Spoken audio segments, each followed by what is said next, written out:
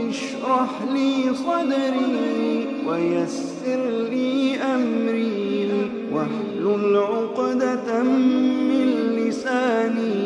يفقه قولي. نحمده ونصلي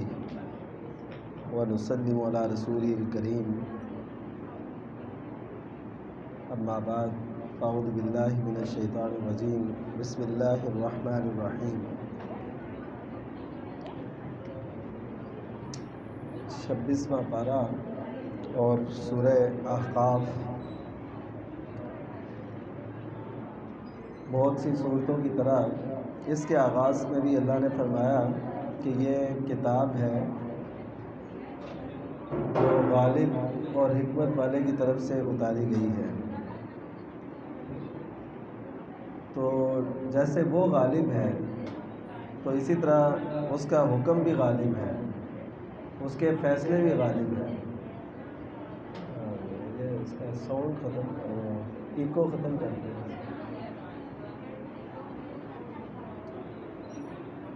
تو ہم اگر اس حکم کو مانیں گے تو ہم بھی غالب ہیں۔ العزیز، دیکھیں نا، کوئی اگر پاورفل ہو تو وہ جو فیصلہ کرے گا، جو پالیسی لائے گا، جو وہ حکم دے گا، وہ سب پھر اچھے ہوں گے۔ تو اس لیے اللہ تعالیٰ نے اپنی تعریف کی کہ یہ عزیز یعنی جو غالب ہے اور حکمت والا ہے، اس کی طرف سے یہ اتارا گیا ہے قرآن مجید۔ تو اللہ نے فرمایا کہ ہم نے آسمان و زمین اور جو کچھ ان کے درمیان ہے وہ حق کے ساتھ پیدا کیا ہے، یعنی کوئی اس پہ ٹیڑھ نہیں ہے، کوئی کجی نہیں ہے، کوئی فالٹ نہیں ہے، کوئی اس میں ایسی بات نہیں ہے جو قابل اعتراض ہو، اور یہ ہے وقت مقررہ تک۔ اور کافروں کی کیا حالت بتائی کہ جو جس سے انہیں ڈرایا جاتا ہے وہ اسے اعراض کرتے ہیں، یعنی اس کی طرف توجہ نہیں کرتے۔ تو فرمایا کہ ان سے کہیں آپ جن کو تم پکارتے ہو اللہ کے سوا، مجھے دکھاؤ کہ انہوں نے زمین میں کیا پیدا کیا ہے۔ یعنی اگر تم کہتے ہو کہ ہمارے اور معبود ہیں تو مجھے بتاؤ کہ انہوں نے کیا پیدا کیا ہے۔ کوئی تخلیق کی ہے کچھ؟ ایک مچھر، کوئی مکھی، کوئی اور چیز، کچھ بھی تخلیق نہیں کیا۔ تو یہ بتایا، پھر فرمایا کہ اس سے بڑا گمراہ کون ہے جو اللہ کے سوا ان کو پکارتا ہے جو قیامت تک ان کی بات کو قبول نہیں کر سکتے، ان کی پکار کا جواب نہیں دے سکتے۔ تو وہ ان کی پکار سے ہی غافل ہیں۔ یعنی ایسے سمجھیں کہ لوگ پکار رہے ہوتے ہیں نا کسی کو اللہ کے سوا، تو لوگ پکار کے یہ سمجھ رہے ہوتے ہیں یہ ساری میری باتیں سن رہا ہے اور مجھے سپورٹ کر رہا ہے، میری حمایت کر رہا ہے، میری نصرت کر رہا ہے، اسی لیے تو لوگ پکارتے ہیں۔ اگر انہیں یہ پتہ نہ ہو، کہ یقین نہ ہو کہ یہ نہیں سنتے تو وہ کیوں پکاریں؟ وہ اس لیے پکارتے ہیں۔ تو اللہ تعالیٰ نے دیکھیے فرمایا کہ قیامت تک وہ ان کی پکار سے غافل ہیں، اور جب ان کے سامنے آیات پڑھی جاتی ہیں تو وہ کہتے ہیں کہ جنہوں نے کفر کیا کہ یہ جادو ہے کھلا، تو اس کا ذکر ہے۔ پھر فرمایا گیا کہ نبی کریم صلی اللہ علیہ وسلم آپ فرمائیں کہ میں کوئی پہلا رسول نہیں ہوں، یعنی مجھ سے پہلے بھی اللہ تعالیٰ نے اپنے رسول بھیجے، تو اور اس پر گواہ ہیں لوگ، پچھلے جو سابقہ اقوام کے لوگ تھے، تو وہ ایمان بھی لائے، اور بے شک اللہ تعالیٰ ظالم قوم کو ہدایت نہیں دیتا۔ یہاں پہ اللہ تعالیٰ نے کافروں کا ایک اعتراض بیان کیا ہے۔ وہ کہتے تھے کہ اگر یہ ہدایت اور یہ بہت اچھی چیز ہے، یہ اسلام، یہ نبی صلی اللہ علیہ وسلم کی دعوت، تو پھر وہ ہم سے سبقت نہ لے جاتے ہیں۔ یعنی ایسے سمجھے، وہ یہ سمجھتے تھے کہ سبقت ہمارے حصے میں ہی ہے، جو کچھ کرنا ہے وہ ہم نے کرنا ہے۔ تو وہ کہتے تھے کہ یہ ہم سے سبقت نہیں لے جا سکتے اگر یہ کوئی خیر ہوتی، تو وہ خیر بھی تھی اور مسلمان اس پہ سبقت بھی لے گئے، تو یہ ان کا ایک دعویٰ تھا جس میں وہ پیچھے رہ گئے۔ تو اس کے بعد پھر اللہ تعالیٰ نے فرمایا ہے کہ جو لوگ استقامت اختیار کرتے ہیں تو ان پہ کوئی خوف نہیں ہوگا اور نہ وہ غمگین ہوں گے، تو یہ جنت والے ہیں جس میں وہ ہمیشہ رہیں گے۔ والدین کے حقوق بیان فرمائے کہ ہم نے انسان کو یہ حکم دیا ہے کہ اپنے والدین کے ساتھ احسان کرے۔ ایک ہوتا ہے فرما برداری، وہ تو لازم ہے، وہ ضروری ہے، اگر فرما برداری نہیں کرتے تو یہ ایک بہت بڑا گناہ ہے، بات کو نہ ماننا۔ تو احسان کا مطلب یہ ہے کہ اس سے بھی بڑھ کر ان سے حسن سلوک کرنا۔ سب سے زیادہ اگر دنیا میں اللہ اور اس کے رسول صلی اللہ علیہ وسلم کے بعد حق ہے تو وہ والدین کا حق رکھا گیا ہے، تاکہ یہ نظام زندگی، یہ خاندانی نظام اچھے طریقے سے چل سکے۔ پھر اللہ تعالیٰ نے والدہ کا جو خصوصی تذکرہ فرمایا یہاں پہ کہ اس نے بہت تکالیف برداشت کی ہیں اور 30 مہینے کم از کم اس کی وہ ایک مشکل جو ہے وہ رہی، اس کا ذکر اللہ تعالیٰ نے فرمایا ہے۔ تو جب یہ انسان اپنے جوانی کی عمر کو پہنچتا ہے اور 40 سال کو پہنچ جاتا ہے، اس کا مطلب ہے کہ 40 سال جو ہے ویسے تو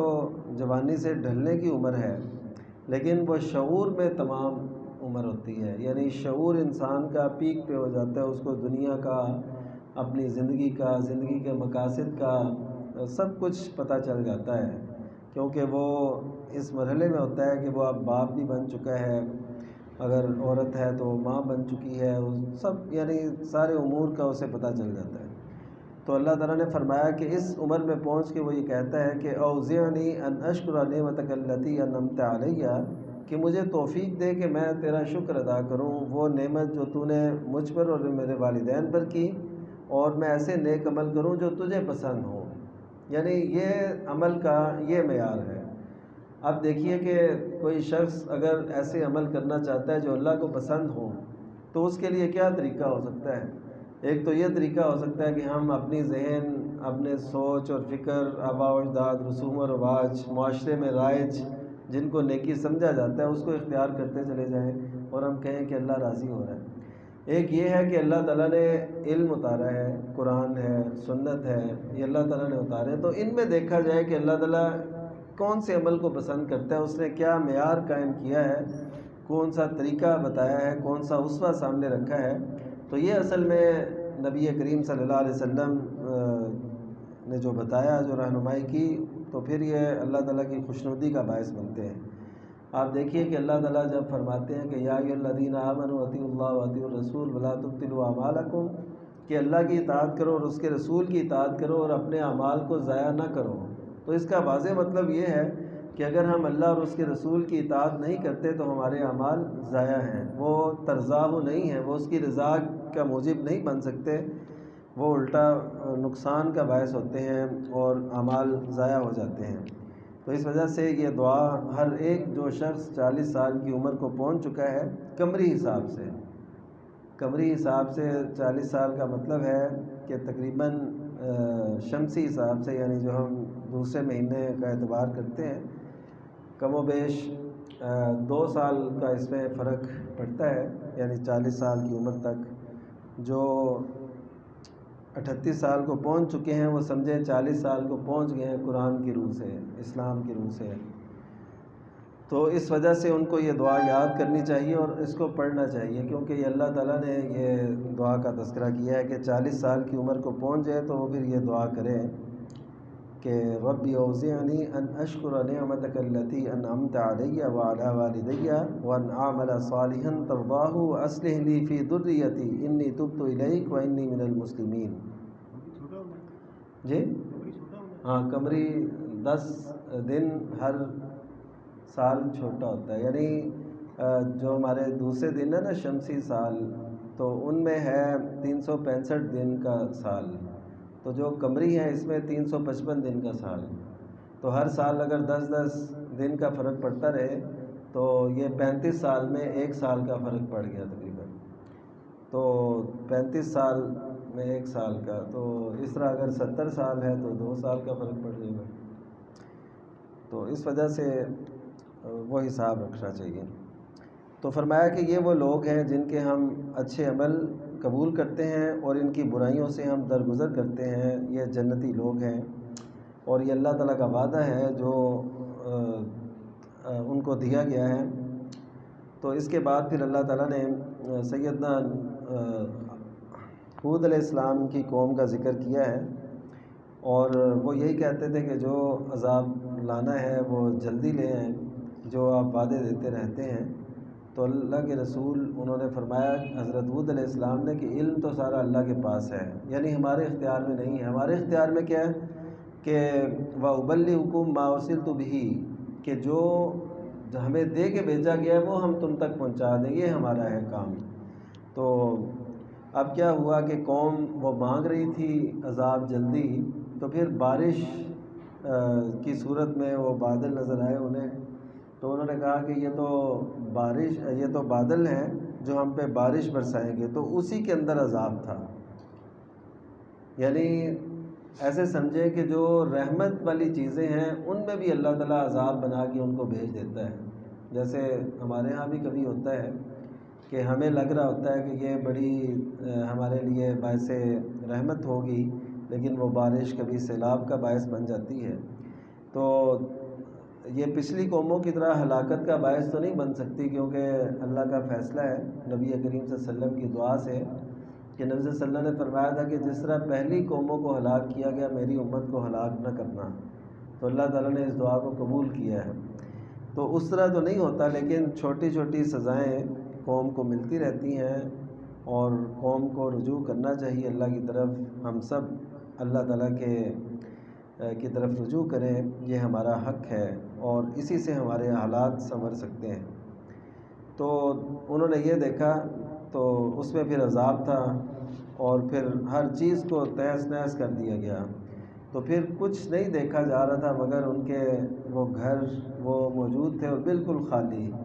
تو اسی طرح اللہ تعالیٰ فرماتے ہیں ہم مجرم قوم کو سزا دیتے ہیں۔ نبی کریم صلی اللہ علیہ وسلم کبھی ایسے حالات دیکھتے نا، آسمان پہ بادل اور ایسے، ہم تو کہتے ہیں نا جی آج بڑا موسم ہے، بڑا اچھا ہے، تو نبی کریم صلی اللہ علیہ وسلم کے چہرہ مبارک کا رنگ بدل جاتا تھا۔ تو آپ کہتے تھے کہ سابقہ قوم کو اس کے ذریعے سے عذاب دیا گیا۔ تو آپ صلی اللہ علیہ وسلم نے دعا بھی سکھائی ہے، اگر ایسے حالات دیکھیں تو اللہم انی اعوذ بک من شرھا وشر ما ارسلت بہا، کہ اس کے شر سے اور جو تو نے بھیجا ہے اس کے شر سے میں پناہ میں آتا ہوں، اور اس کے خیر کا سوال کرتا ہوں، اور جو کچھ اس میں خیر ہے اس کا سوال کرتا ہوں۔ اس سے یہ واضح ہوا کہ یہ جو کچھ ہوتا ہے یہ اللہ کے حکم سے ہوتا ہے، بارش اللہ کے حکم سے ہوتی ہے، آندھی اللہ کے حکم سے آتی ہے، تو اسی سے ہم نے سوال کرنا ہے کہ اس میں خیر ہو اور شر سے ہمیں محفوظ رکھے اللہ تعالیٰ۔ تو باقی اللہ تعالیٰ نے جو پہلی اقوام ہیں ان کو بھی بہت قوت اقتدار دیا تھا، تو لیکن اللہ فرماتے ہیں کہ ان کے یہ کسی کام نہ آ سکا، ان کی یہ صلاحیتیں سننے کی، دیکھنے کی، ان کے دل، جب وہ اللہ تعالیٰ کی آیات سے انکار کرتے ہیں۔ یعنی یہ ساری چیزوں کا فائدہ، یہ ساری صلاحیتوں کا فائدہ تب ہے جب بندہ اللہ تعالیٰ کی آیات پہ ایمان رکھے۔ جب وہ ان کا انکار کرتا ہے نا، پھر اس کے کان، اس کی آنکھیں، اس کا دل، یہ کسی بھی فائدے کا باعث نہیں بن سکتے۔ تو جو شخص اس سے اچھے کام نہیں لیتا، آیات کو نہیں سمجھتا، نہیں دیکھتا، نہیں پڑھتا، نہیں سنتا، تو وہ پھر اس کے کسی کام نہیں آئیں گے۔ اور یہیں پہ وہ ذکر ہے جب نبی کریم صلی اللہ علیہ وسلم نے طائف سے واپسی پر ایک بستی میں قیام فرمایا، وادی نخلہ اسے کہتے ہیں، تو وہاں پہ جب آپ نے قیام فرمایا تو جنوں کی ایک جماعت نے وہ قرآن مجید سنا۔ تو نبی کریم صلی اللہ علیہ وسلم قرآن مجید پڑھ رہے ہوں اور فجر کا وقت ہو، اور جب وہ جنہوں نے سنا تو انہوں نے کہا کہ یہ تو وہی کلام ہے اس جیسا جو موسیٰ علیہ السلام پہ اترا تھا۔ تو اس سے یہ واضح ہوا کہ جو انبیاء کرام علیہ السلام پر اترنے والا کلام ہے وہ ملتا جلتا ہے، لیکن اب ہم دیکھتے ہیں کہ جو ہے بائبل جو موجود ہے اس کا اور قرآن مجید کا بڑا فرق ہے، مضمون میں بھی اور مفہوم میں بھی اور طرز میں بھی اور اسلوب میں بھی، ہر ایک چیز میں بڑا فرق ہے۔ تو اس کا مطلب یہ ہے کہ وہ تحریف شدہ ہیں، قرآن مجید تحریف شدہ نہیں ہے۔ تو انہوں نے کہا کہ یہ تو وہی کلام ہے، تو وہ پھر اپنے جنوں میں جا کے انہوں نے دعوت دی باقاعدہ، یا قومنا اجیبوا داعی اللہ، کہ اے میری قوم، ہماری قوم اللہ کی طرف جو بلانے والے ہیں ان کی پکار پہ لبیک کہو، ان کی بات کو، دعوت کو قبول کرو۔ تو جنہوں نے ایک دفعہ سنا تھا تو وہ دین کے داعی بن گئے، دعوت دینے والے بن گئے۔ ایک دفعہ سنا تھا، اپنی قوم کو جا کے متنبع کرنے لگے، ڈرانے لگے، اور پوری وہ جو دعوت کے اسلوب ہیں وہ انہوں نے اختیار کیے کہ وَمَن لَا يُجِبْ دَاعِيَ اللَّهِ، کہ جو کوئی اللہ تعالیٰ کی طرف دعوت دینے والے کی دعوت کو نہیں نہ قبول کرتا تو وہ پھر زمین میں اللہ تعالیٰ کو عاجز نہیں کر سکتا، اور اس کے سوا اس کے کوئی دوست بھی نہیں ہوں گے، اور یہ لوگ کھلی گمراہی میں ہوں گے۔ تو یہ وہ دعوت دے رہے ہیں جا کے جنوں کو، ایک دفعہ انہوں نے سنا تھا۔ تو ہم تو قرآن مجید پر پورا یقین رکھتے ہیں، تو ہم اس کے داعی نہیں بنتے، ہم اس کی طرف دعوت دینے والے نہیں بنتے۔ لوگ اپنی اپنی سیاسی پارٹیوں کی طرف دعوت دینے والے بن جاتے ہیں، سپورٹ کرتے ہیں، ان کے لیے لڑتے ہیں، بھیڑتے ہیں، جو کچھ ہو سکتا ہے کرتے ہیں، لیکن قرآن کو لے کے کسی تک نہیں جاتے، کسی طرف اس کا پیغام، خالص پیغام لے کے نہیں جاتے۔ اگر کوئی لے جاتا بھی ہے تو وہ اپنے مفہوم، منشا اور اپنے ذوق کے مطابق اپنے سپورٹ کے لیے اسے استعمال کرتا ہے، اس کو نہیں پہنچاتا۔ اس وجہ سے ہمیں یہ مد نظر رکھنا ہے، جب بھی کوئی دعوت کا کام کرے تو وہ خالصتاً لوجہ اللہ، صرف اور صرف اللہ کے لیے کرے اور اللہ کی طرف دعوت دے۔ وَمَنْ أَحْسَنُ قَوْلًا مِّمَّنْ دَعَا إِلَى اللَّهِ، اس سے بڑا کون ہے اچھی بات کہنے والا یا بات کے اعتبار سے اچھا، جو اللہ کی طرف بلائے، اپنی طرف نہیں، اپنے تصور، اپنے نظریے اس کی طرف نہیں، بلکہ اللہ تعالیٰ کی طرف بلانا ہے، تو یہ بہترین داعی ہیں۔ تو کہنے کا مطلب ہے کہ جنہوں نے ایک دفعہ سن کے اس قدر اسے اہمیت دی، اس کی اہمیت کو پہچان گئے، اور ہم تو پورا قرآن مجید سن جاتے ہیں، ہم نے سال ہا سال اسے سنتے رہتے ہیں۔ یہ بھی بعض لوگوں کو یہ توفیق ملتی ہے، نہیں تو بہت سارے لوگ تو سننے کے لیے بھی اس کی طرف نہیں آتے۔ تو پھر ہمیں بھی دعوت کا کام کرنا چاہیے۔ ہم بھی کبھی یہ کہہ دیں اپنے خاندان سے جا کے، اے میرے خاندان کے لوگوں، اے میری فیملی، اے میرے گھر کے افراد، یہ بہت بڑی اللہ تعالیٰ کی طرف سے کرم نوازی ہے، یہ بہت بڑا انعام ہے، اس کو ہم نے اپنے گھروں میں رائج کرنا ہے، تو اس سے بہت بہتری آئے گی۔ تو پھر اس میں اللہ تعالیٰ، اس کے بعد پھر سورہ محمد ہے صلی اللہ علیہ وسلم، نبی کریم صلی اللہ علیہ وسلم کے نام سے سورۃ مبارکہ ہے، اور اس کا آغاز ہوتا ہے کہ الذین کفروا وصدوا عن سبیل اللہ اضل اعمالہم، کہ وہ لوگ جنہوں نے کفر کیا اور اللہ تعالیٰ کے رستے سے روکا، ان کے اعمال ضائع ہو گئے، یعنی ان کا کوئی عمل بھی اللہ تعالیٰ کے ہاں کوئی بھی حیثیت نہیں رکھتا۔ جس نے جتنی بھی نیکیاں کی ہوں، فلاح و بہبود کے جتنے بھی کام کیے ہوں، اللہ تعالیٰ کے ہاں اس کا اجر نہیں ہے۔ اللہ تعالیٰ کے ہاں اجر تبھی بنے گا جب آخرت کے لیے کرے گا، تو جس کا آخرت پہ یقین ہی نہیں ہے تو اس کا عمل کیسے وہ اللہ تعالیٰ کے ہاں مقبول ہو سکتا ہے۔ تو ساتھ ہی فرمایا کہ وہ لوگ جو ایمان لائے اور انہوں نے نیک عمل کیے اور اس پر ایمان لائے جو اتارا گیا ہے محمد صلی اللہ علیہ وسلم پر، اور یہ بھی یقین رکھیں کہ وہ حق ہے ان کے رب کی طرف سے، تو اللہ تعالیٰ ان کی برائیوں کو ان سے دور کر دے گا اور ان کے حالات کی اصلاح کرے گا۔ تو یہ فرق کیا ہے؟ فرق اللہ نے بتایا کہ کافر جو ہیں باطل کی پیروی کرتے ہیں اور مومن جو ہیں وہ حق کی پیروی کرتے ہیں۔ کتنا فرق ہے کہ ایک شخص ہے وہ باطل کو ہی مانتا چلا جا رہا ہے، باطل کی مانتا چلا جا رہا ہے، اور ایک شخص ہے جو قرآن کو، سنت کو، دین کو، حق کو، وہ اس کے پیچھے چل رہا ہے۔ تو اللہ تعالیٰ نے فرمایا کہ اللہ تعالیٰ اسی طرح اپنی مثالیں بیان کرتا ہے۔ اس کے بعد پھر یہاں پہ ایک اہم بات یہ بیان فرمائی، آپ دیکھیے کہ اللہ نے فرمایا کہ والذین کفروا فتعسا لہم واضل اعمالہم، کہ وہ جو کافر ہیں تو ان کے لیے ہلاکت ہے اور ان کے اعمال ضائع ہو گئے۔ کیوں؟ ذالک بانہم کرہوا ما انزل اللہ، یہ اس وجہ سے ہے کہ انہوں نے ناپسند کیا اس کو جو اللہ نے اتارا ہے، یعنی جو اللہ نے اتارا ہے نا، اس کو کسی بھی صورت ناپسند نہیں کرنا، اس کو ہمیشہ پسند کرنا ہے، اس سے خوش رہنا ہے۔ اگر عملی کوئی کوتاہی ہے، عملی کوئی کمزوری ہے، وہ تو علیحدہ بات ہے، اللہ تعالیٰ اس کو معاف کرنے پہ قادر ہے، لیکن اس کے بارے میں کوئی دل میں گھٹن محسوس کرنا، کسی ایک حکم کے بارے میں بھی، تو یہ پھر ذالک بانہم کرہوا ما انزل اللہ فاحبط اعمالہم کے جو ہے نا وعید میں یہ آ جائے گا کہ انہوں نے ناپسند کیا اسے جو اللہ نے اتارا تھا تو ان کے اعمال ضائع ہو گئے۔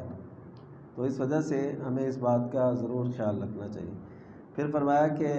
اللہ تعالیٰ اہل ایمان کو اور عمل صالح کرنے والوں کو ایسی جنتوں میں داخل کرے گا جس کے نیچے سے نہریں بہتی ہوں گی،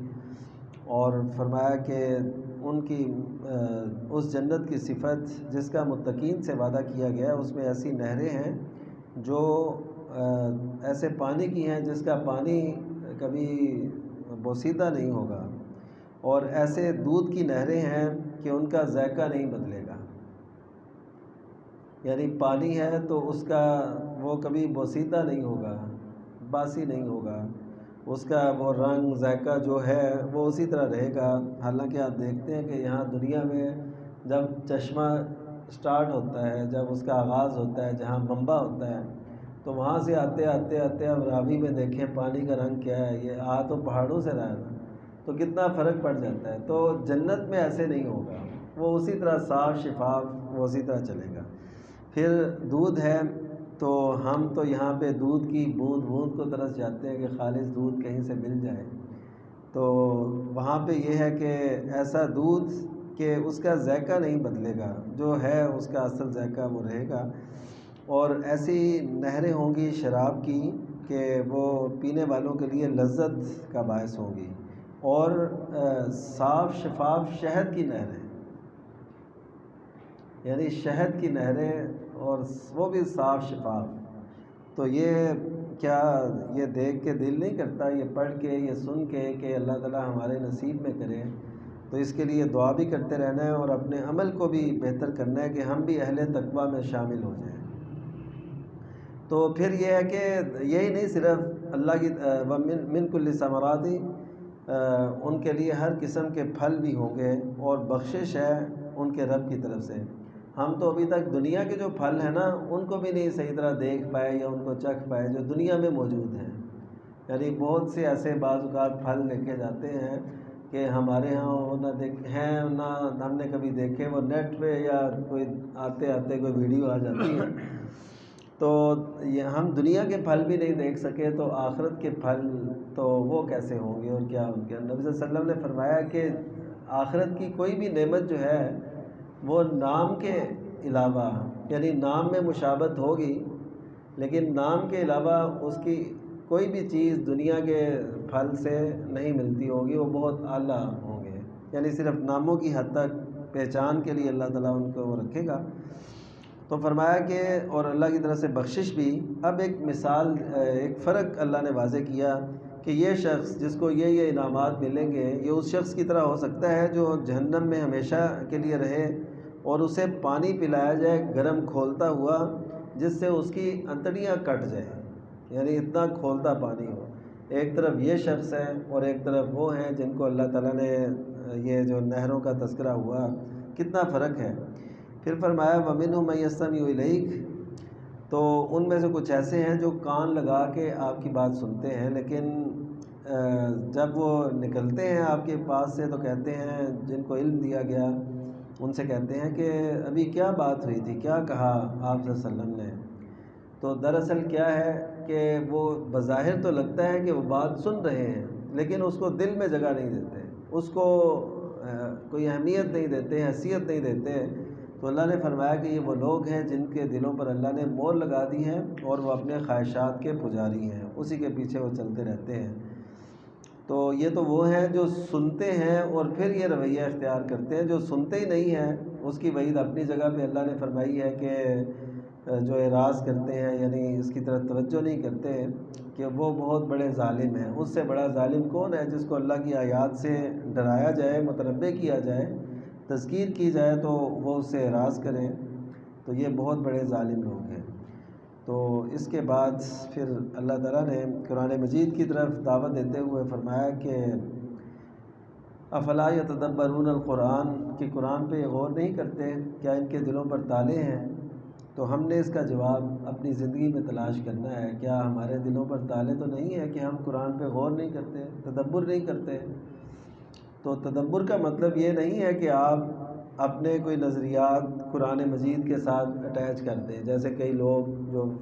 فلسفیانہ رنگ میں قرآن مجید کی تفسیر کرتے ہیں، بلکہ تدبر قرآن کے نام سے ایک تفسیر بھی ہے جو اس کے مؤلف ہیں، انہوں نے یہ ثابت کرنے کی کوشش کی ہے کہ حدیث کی حیثیت نہیں ہے، یعنی ان کا تدبر قرآن یہی ہے کہ حدیث کی اہمیت نہیں ہے۔ تو یہ تدبر قرآن نہیں ہے، تدبر قرآن یہ ہے کہ جس ہستی پر قرآن مجید اترا تو اس کے اسوہ سے اور اس کی رہنمائی سے ہم نے قرآن مجید کو سمجھنا ہے، تو یہ ہوتا ہے تدبر قرآن۔ تو ہم دیکھیں کہ ہمارے دل پر ایسے تالے تو نہیں ہے کہ جس کی وجہ سے قرآن ہمیں سمجھ نہیں آ رہا۔ پھر اللہ نے فرمایا کہ ان الذین ارتدوا علی ادبارہم من بعد ما تبین لہم الہدی، کہ جن لوگوں نے ارتداد اختیار کیا یعنی مرتد ہوئے، اپنی پیٹھوں کے بل پھر گئے، اس کے بعد جب ان کے لیے ہدایت واضح ہوئی تھی، تو یہ وہ لوگ ہیں جن کو شیطان نے اپنے جال میں پھنسا لیا ہے، دھوکہ دیا ہے اور ان کو مہلت ان کے لیے وہ دی ہے۔ تو یہ سورہ محمد جو ہے اس کا انداز اسی طرح ہے کہ ایک جرم اور اس کا سبب بیان کیا گیا ہے کہ یہ جرم، یہ سزا ہے اور یہ اس کا سبب ہے۔ تو یہ غور کرنے کے سے تعلق رکھتی ہے کہ اس پہ غور کیا جائے۔ اس کے بعد سورہ فتح یہ نازل ہوئی صلح حدیبیہ کے بعد، تو نبی کریم صلی اللہ علیہ وسلم نے اس کی تلاوت بھی فرمائی۔ تو صلح حدیبیہ بظاہر دیکھیں تو اس میں فتح والی بات نہیں تھی۔ صلح حدیبیہ جو 6 ہجری میں ہوئی، وہ قریش مکہ آپ جانتے ہیں انہوں نے ایسی شرائط رکھی تھی کہ جس میں بظاہر مسلمان مغلوب نظر آ رہے تھے۔ میں آپ کو یہ بتانا چاہتا ہوں کہ قرآن اور سنت میں اس پہ عمل کر کے اس کے بظاہر انسان کو لگتا ہے کہ جی ہمارا یہ کچھ چلا جائے گا، جیسے آج بہت سے لوگوں کا یہ خیال ہے کہ اگر ہم قرآن اور سنت پہ عمل کریں تو پھر ہم ترقی نہیں کر سکتے، ہم یعنی وہ دنیاوی اعتبار سے بلندی تک، اس لیے تو لوگ کہتے ہیں یار یہ چھوڑو، یہ پرانے، اب کوئی نئی بات کرو، نئی چیز لاؤ۔ تو یہ دھوکہ تو ہے ہی، اسلام سے دوری تو ہے ہی، لیکن اس کے ساتھ ساتھ یہ بھی ہے کہ ترقی اور اللہ تعالیٰ کی طرف سے جو انعامات ہیں وہ ایمان اور تقوی کے ساتھ منسلک ہیں۔ اللہ نے فرمایا نہیں وَلَوْ أَنَّ أَهْلَ الْقُرَىٰ آمَنُوا وَاتَّقَوْا لَفَتَحْنَا عَلَيْهِمْ بَرَكَاتٍ مِّنَ السَّمَاءِ، کہ یہ بستیوں والے ایمان لاتے اور تقوی اختیار کرتے تو ہم آسمان و زمین سے ان کے لیے برکات کے دروازے کھول دیتے۔ وَلَٰكِنْ كَذَّبُوا، انہوں نے جھٹلایا تو اللہ تعالیٰ نے بھی پھر عذاب دے کے ان کو گرفتار کیا عذاب میں۔ تو یہ جو میں عرض کر رہا تھا کہ سورہ فتح جو ہے یہ جب نازل ہوئی تو مسلمانوں کے لیے جو حالات اس وقت تھے وہ مسلمانوں کے حق میں نظر نہیں آ رہے تھے، یعنی مسلمانوں کو عمرے تک کی اجازت نہیں ملی۔ نبی کریم صلی اللہ علیہ وسلم وہ حدیبیہ کے مقام سے واپس چلے گئے، عمرہ نہ کیا۔ تو اس دور میں یہ صورت اتری تو کسی ایک صحابی نے بھی یہ نہیں کہا کہ یہ کون سی فتح ہے کہ ہم عمرہ بھی نہیں کر سکے، اس گھر کا طواف بھی نہیں کر سکے جو امن کا شہر ہے اور امن کا علاقہ ہے، وہاں ہم نہیں جا سکے، تو یہ کون سی فتح ہے۔ یعنی میں نے جتنا بھی قرآن اور سنت کا مطالعہ ایک طالب علم کی حیثیت سے کیا ہے کہ وہ صحابہ کرام رضی اللہ عنہم جو آپ فرماتے تھے، جو اللہ تعالیٰ ارشاد فرماتا تھا، جو رہنمائی فرماتا تھا، اس پہ وہ یقین رکھتے تھے، وہ اپنی عقل کو، اپنی سوچ فکر کو سامنے نہیں لاتے تھے۔ پھر کیا ہوا؟ پھر یہ ہوا کہ صلح حدیبیہ میں جو شرائط طے ہوئی تھیں وہ ایک تفصیلی پورا صلح حدیبیہ کا واقعہ ہے، تو خیر ہمیں وہ پتہ ہونا چاہیے کہ صلح حدیبیہ کیا تھی۔ یہ ایسے سمجھیں کہ اسلام کی تاریخ میں ایک بہت اہم موڑ تھا، جس کے بعد اللہ تعالیٰ نے بہت سے دروازے کھولے مسلمانوں کے لیے۔ ہوا یہ کہ جب شرائط طے ہوئیں ان میں سے آپ کو پتہ ہے ایسی شرائط بھی تھی کہ جو کوئی مسلمان مکہ سے ادھر آئے گا یعنی مدینہ آئے گا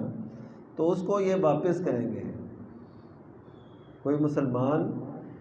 مدینہ کی طرف آئے گا تو اسے مسلمان واپس مکہ کے حوالے کر دیں گے، اہل مکہ کے،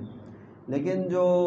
کافر ادھر آئے گا اس کو واپس نہیں کیا جائے گا، یعنی کوئی اگر یہاں سے وہاں چلا گیا تو اس کو واپس نہیں کیا جائے گا۔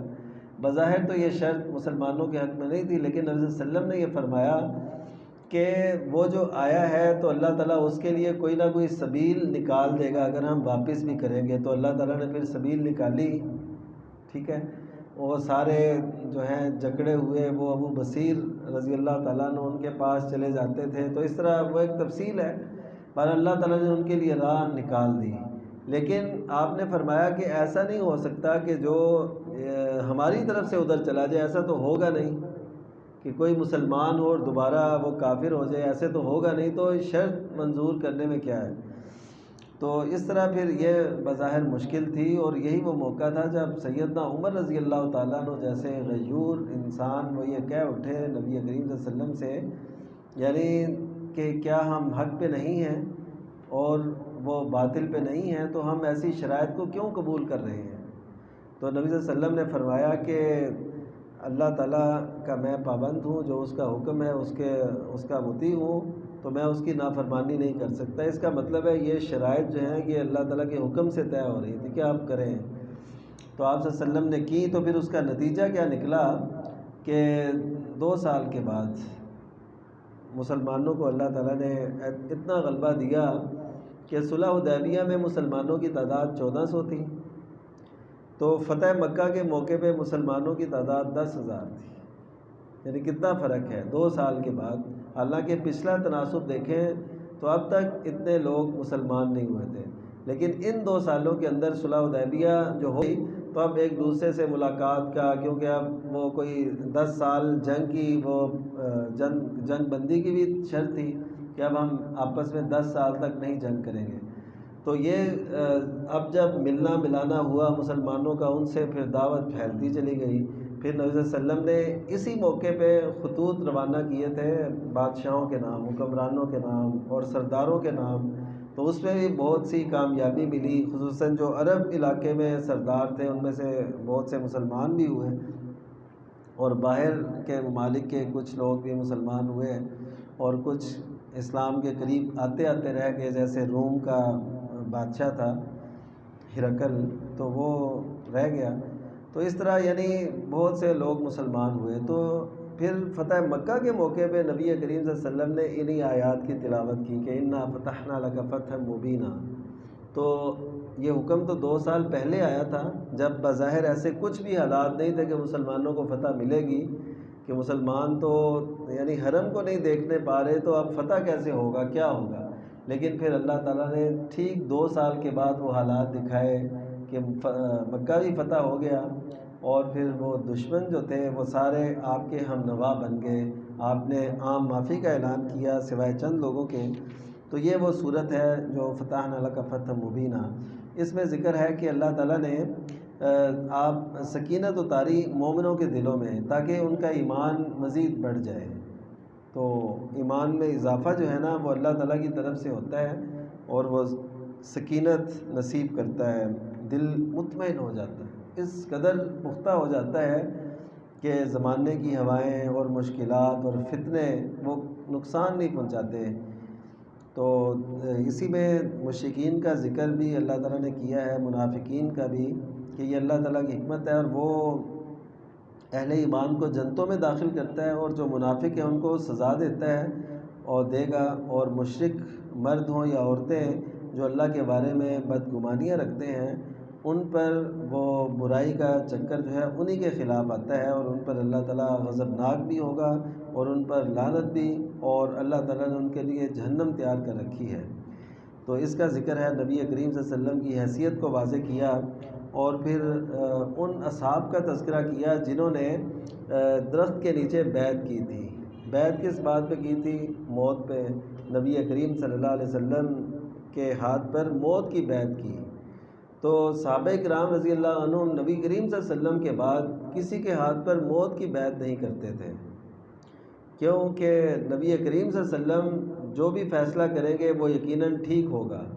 باقی کسی کے لیے موت کی بیعت نہیں کی جا سکتی۔ اس کا مطلب کیا ہے کہ آپ نہ کسی اور کے لیے اپنی جان کا نذرانہ پیش کرنے کی بیعت کر سکتے ہیں، نہ ہو سکتے ہیں، نہ کسی کو قتل کیا جا سکتا ہے اس طرح۔ تو اس وجہ سے اللہ تعالیٰ ان سے راضی ہو گیا، یعنی یہ لوگ اللہ تعالیٰ کو بڑے پسند آئے جو درخت کے نیچے بیعت کر رہے تھے۔ یہ درخت جو تھا یہ حضرت عمر رضی اللہ تعالیٰ عنہ کے دور تک رہا، تو لوگ اس کی اس کو اہمیت دینے لگے، تو حضرت عمر نے اس درخت کو کٹوا دیا کہ جو مسلمانوں کے عقائد میں فرق لا رہا ہے، یعنی ان کے عمل کردار میں، کہ وہ درخت کو کچھ سمجھنے لگ گئے ہیں جس کا تذکرہ قرآن مجید میں آیا۔ آپ دیکھتے ہیں کہ لوگ وہ جن چیزوں کا تذکرہ قرآن مجید میں ہوتا ہے اس کو پھر کیا کیا کہنے لگ جاتے ہیں، یا کوئی تاریخی حیثیت ہو تو اس کو اپنی طرف سے حیثیت دینے لگ جاتے ہیں۔ تو یہ حضرت عمر نے، ان کی دور اندیشی تھی تو انہوں نے اس درخت کو کٹوا دیا۔ تو پھر مسلمانوں کے ہاں جو بیعت رضوان میں شامل ہونے والے تھے، یعنی اسے بیعت رضوان کہتے ہیں، تو ان کی بڑی قدر و منزلت تھی۔ حضرت عمر کے دور میں ہی ایک خاتون تھی، اس نے کہا کہ میں ایما بنت خفاف ہوں، کہ میں اس شخص کی بیٹی ہوں جو نبی کریم صلی اللہ علیہ وسلم کے ساتھ حدیبیہ میں شریک تھے۔ بس یہ انہوں نے تعارف کرایا تو حضرت عمر رضی اللہ تعالیٰ عنہ نے ان کی بڑی عزت کی اور ان کو بہت سا انعام اور اکرام سے ان کو نوازا کہ یہ ان کی بیٹی ہے۔ جیسے ہمارے ملک میں نہیں ہوتا کہ یہ جی ستارہ امتیاز ہیں، یہ وہ لوگ ہیں جو 65 کی جنگ میں شریک ہوئے، ان کو مختلف قسم کے اعزازوں سے نوازا جاتا ہے۔ تو تاریخ اسلام کے اندر جو اعزازات تھے وہ سب سے پہلے مہاجرین یعنی ہجرت کرنے والے تھے، ان کی اہمیت تھی۔ سابقین اور مہاجرین، اور چاہے وہ انصار میں سے ہوں چاہے مہاجرین میں سے ہوں، جو سابقین تھے، اس کے بعد پھر جو بدر میں شریک تھے، اس کے بعد پھر جو حدیبیہ میں شریک تھے، اس کے بعد جو فتح مکہ سے پہلے مسلمان ہوئے تھے، یعنی اس دور کے اندر یہ ایک فرق رکھا جاتا تھا۔ لیکن یہ مدارج ہیں، اس کا قطعاً یہ مطلب نہیں ہے کہ جو فتح مکہ پہ یا اس کے بعد مسلمان ہوئے تو ان کے اسلام میں شک کرنا شروع کر دیں، یہ بات قطعاً مناسب نہیں ہے۔ ہمیں تو اپنے دور کے لوگوں کے بارے میں یہ نہیں کہہ سکتے ہم کہ یہ ہم کسی کو نام لے کے کہہ دیں کہ یہ دائرہ اسلام میں داخل نہیں ہے، یہ تو اتنی سخت وعید ہے اس بارے میں، تو چہ جائے کہ ہم 1400 سال پہلے کی ان پاکیزہ ہستیوں کے بارے میں اپنی طرف سے کوئی حکم جاری کر دیں، یہ بالکل ناروا رویہ ہے جو اختیار کیا جاتا ہے۔ تو اللہ تعالیٰ ان سے راضی ہوا اور اللہ تعالیٰ نے ان کا تذکرہ کیا، اور اس میں خیبر کی فتح کی بھی ایک نوید تھی۔ یہ جو اللہ نے فرمایا نا کہ وَمَغَانِمَ كَثِيرَةً يَأْخُذُونَهَا، کہ اللہ تعالیٰ ان کو سکینت بھی اللہ تعالیٰ نے اتاری ان پر، اور اللہ تعالیٰ انہیں فتح قریب بھی نصیب کرے گا ایک ثواب کے طور پہ، بدلے کے طور پہ۔ تو وہ دراصل خیبر کی طرف اشارہ تھا، اور آپ کے شاید علم میں ہو کہ خیبر میں وہی لوگ شریک ہوئے تھے جو حدیبیہ میں شریک تھے، یعنی کوئی بھی اضافی کو نبی صلی اللہ علیہ وسلم نے شریک نہیں ہونے دیا، کیونکہ وعدہ انہی کے ساتھ تھا کہ ان کو اللہ تعالیٰ فتح قریب سے نوازے گا۔ تو وہ فتح قریب خیبر کی فتح تھی، اور خیبر جب فتح ہوا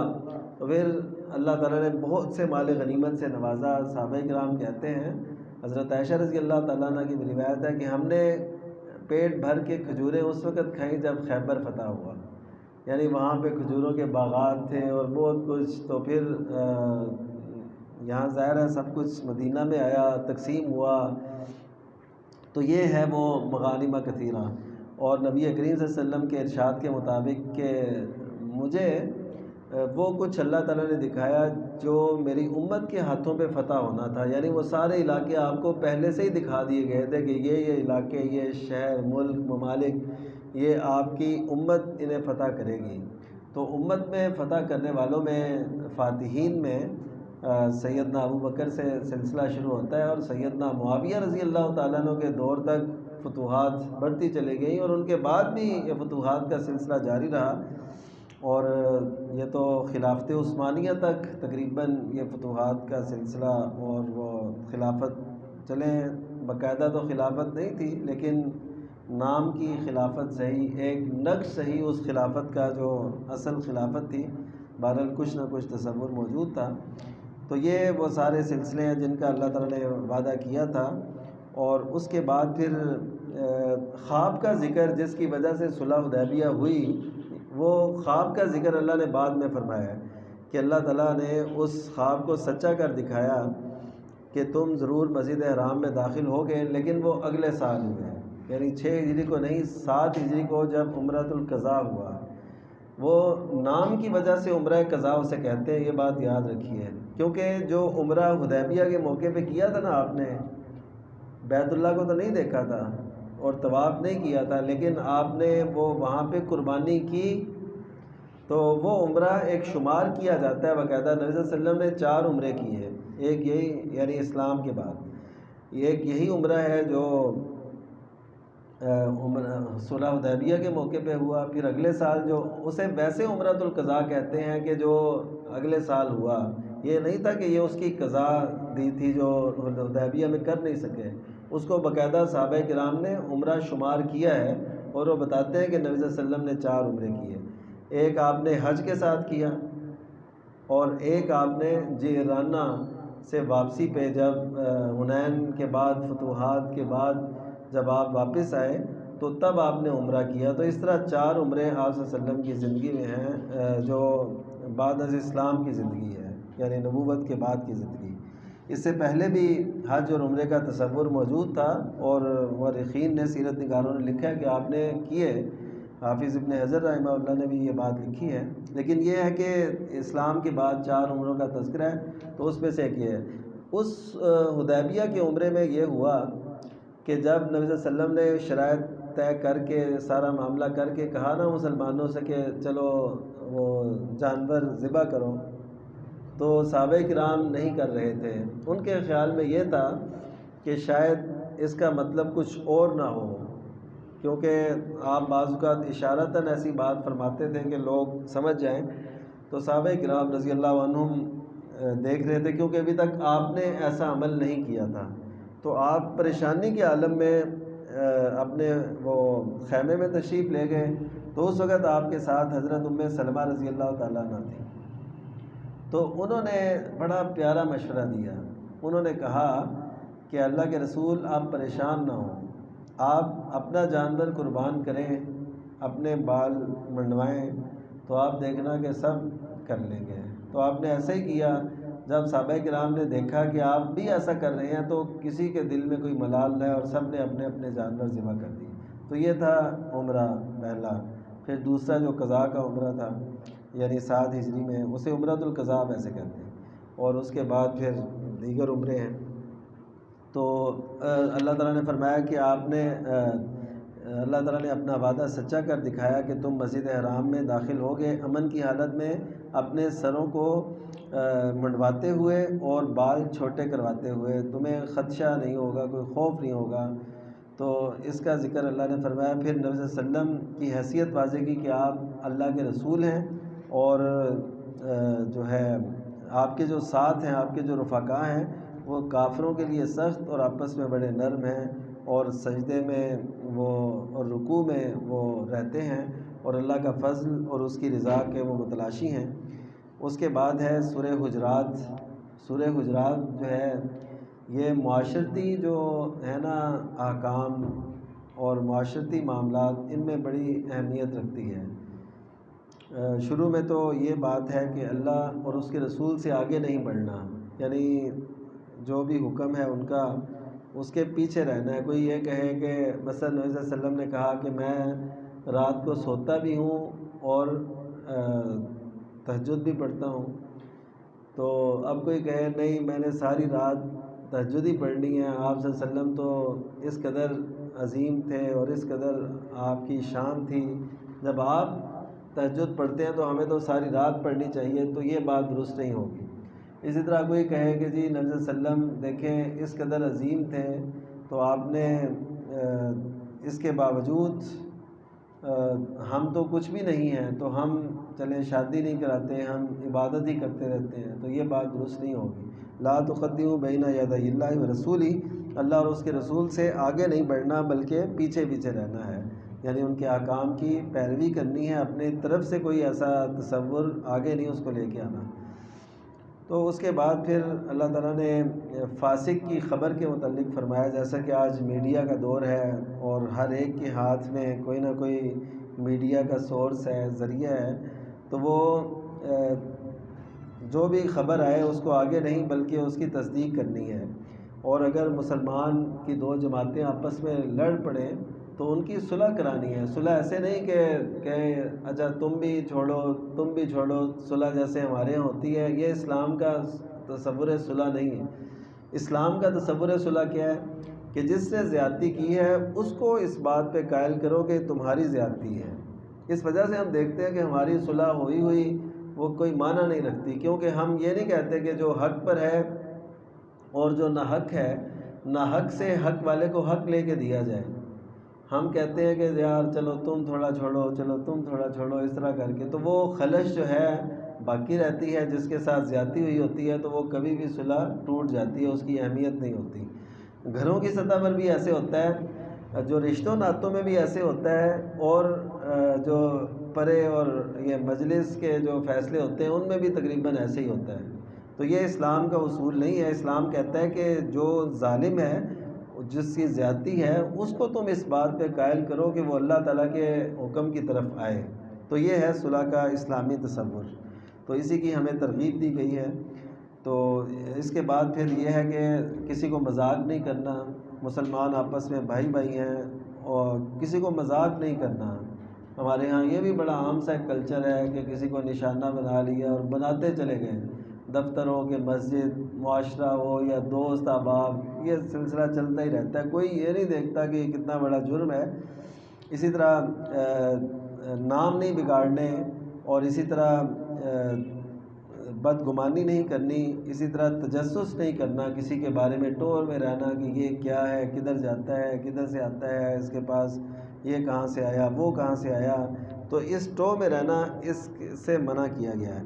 اور غیبت کرنا اس سے بھی منع کیا گیا، یعنی یہ جو اسلامی معاشرت ہے اس میں سورہ حجرات کا بڑا کردار ہے، اور آپ کو پتہ ہے یہ نصاب میں بھی شامل رہتی ہے کہ تاکہ لوگوں کو یہ پتہ چلے کہ اسلامی آداب کیا ہے۔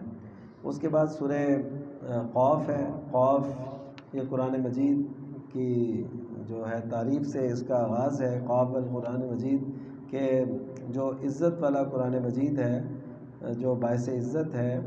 اس کی قسم اٹھا کے اللہ تعالیٰ نے فرمایا کہ یہ لوگ کیوں تعجب کرتے ہیں کہ ان کے پاس انہی میں سے ایک ڈرانے والا آیا ہے، اور کافر کہتے ہیں یہ تو ایک عجیب چیز ہے کہ ہم جب مریں گے تو ہم مٹی ہو جائیں گے، تو یہ دوبارہ لوٹنا یہ بہت بعید ہے۔ تو اس کا تذکرہ اللہ تعالیٰ نے فرمایا ہے۔ انہی آیات میں اللہ تعالیٰ نے سابقہ قوموں کی ہلاکت کا تذکرہ کیا، اور پھر فرمایا کہ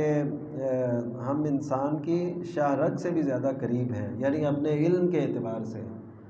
اپنے مشاہدے کے اعتبار سے، دیکھنے کے اعتبار سے، اپنے علم کے اعتبار سے انسان کے شاہ رگ کے بھی قریب ہیں۔ ذاتی طور پہ اللہ تعالیٰ انسان کی شاہ رگ سے قریب نہیں ہے، کیونکہ جو اللہ کی ذات ہے وہ عرش پہ مستوی ہے، تو وہ ہر ایک کے اندر نہیں ہے۔ جن لوگوں نے تصور قائم کیا ہوا ہے نا کہ اللہ تعالیٰ ہر ایک کے اندر ہے، تو وہ درست نہیں ہے۔ اللہ تعالیٰ عرش پر مستوی ہے، اس کا علم اور اس کی بصارت وہ ہر ایک پہ حاوی ہے، لیکن وہ خود بذات خود اپنی ذات میں وہ عرش پر مستوی ہے۔ تو پھر یہ فرمایا کہ جو بھی کچھ کہتا ہے تو فرشتے اس کو لکھنے والے موجود ہیں، وہ ہر وقت تیار ہیں۔ جو بھی کوئی کہتا ہے تو اس وجہ سے ہمیں اچھی باتیں کہنی چاہیے، یہ نہ ہو ہمارے اعمال نامے میں غلط ہی سب کچھ غلط باتیں لکھی جا رہی ہوں۔ اور پھر یہ فرمایا کہ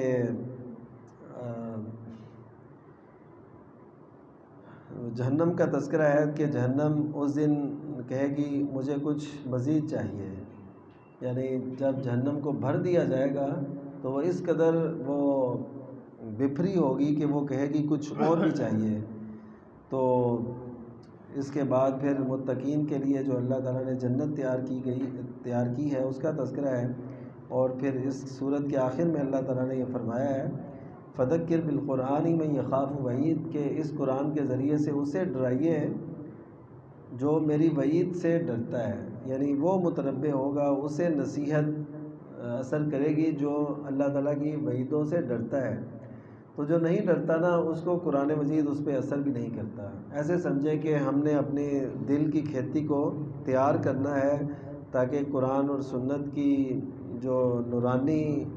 اور روحانی کیفیت ہے وہ ہمارے دلوں پہ اثر کرے، تو وہ اسی صورت میں کرتی ہے جب ہمارے دل کے اندر اللہ کا ڈر ہو، آخرت کی فکر ہو۔ جب یہ چیزیں نہیں ہوتی تو پھر قرآن مجید اثر نہیں کرتا۔ اس لیے ہم دیکھتے ہیں کہ بہت سے لوگوں پہ قرآن مجید اثر نہیں کرتا، کیونکہ انہوں نے اپنے دل کی کھیتی کو ہموار نہیں کیا ہوتا۔ تو اللہ تعالیٰ سے دعا ہے کہ اللہ تعالیٰ ہم سب کو قرآن مجید کا طالب علم بنائے، اور ہمارا مقصود اور مطلوب اس کتاب کو اور سنت نبویہ کو بنائے، اور دین کو ہمارے ہاں، ہمارے معاشرے میں، ہمارے ملک میں غالب کرے۔ سبحان ربک رب العزت عما یصفون وسلام علی المرسلین والحمد للہ۔ اشرح لي صدري ويسر لي أمري واحلل عقدة من لساني يفقه قولي